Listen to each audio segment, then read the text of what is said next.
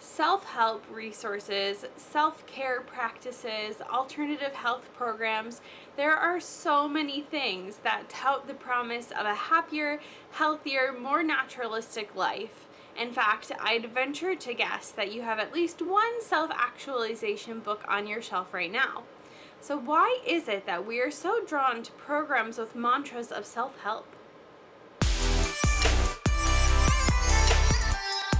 There are hundreds of thousands of resources, programs, books, drugs, and philosophies that tout self-actualization, control, and happiness.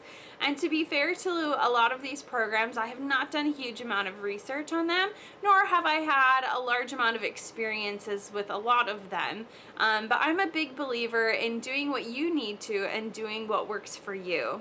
For example, I myself find a lot of benefit and enjoyment in essential oils, and I know a lot of folks out there believe them to be a hoax or believe their effect to be solely placebo in nature, but they do what I need them to do without a lot of the side effects that come along with modern medicine for me.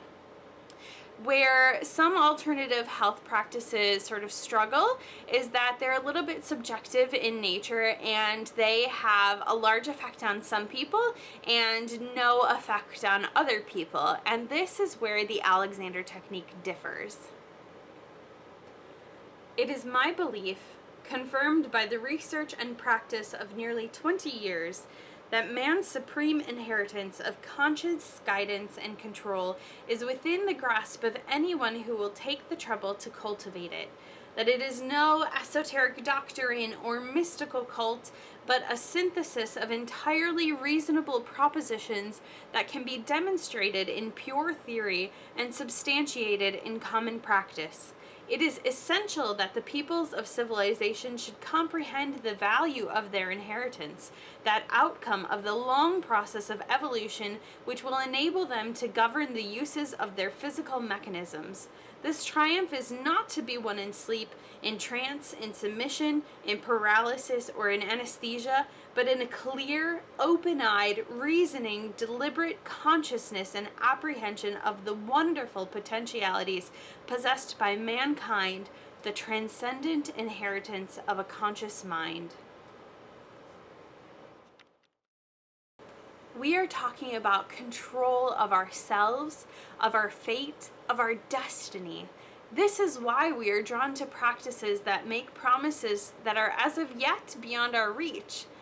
The main issue with that is that they are often unable to deliver. The Alexander technique offers a repeatable process to achieve movement goals, correct your structure and the relationship between your parts, freeing yourself from pain, and providing you a lens with which you are able to extend this procedure into any activity.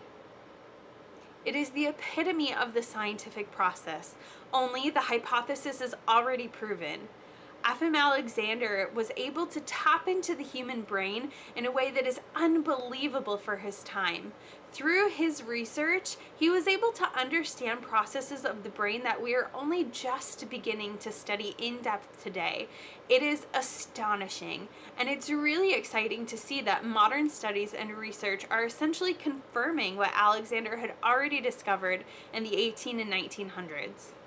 Folks, there is no hoax, no placebo, there is no subjectivity. The Alexander technique works. It works for everybody. It is literally science. So if you are looking to stop your search, stop trying things that are not working for you, consider the Alexander technique. I am currently offering free 30-minute trial lessons so that you can have an experience and begin to tap into that same knowledge that F.M. Alexander discovered. Thank you so much for watching. Remember to like and subscribe, send me a message or comment, and check out my website at caitlin-may.com to learn how to set yourself up with that free 30-minute trial lesson. You deserve to live your best life, and I am here to help.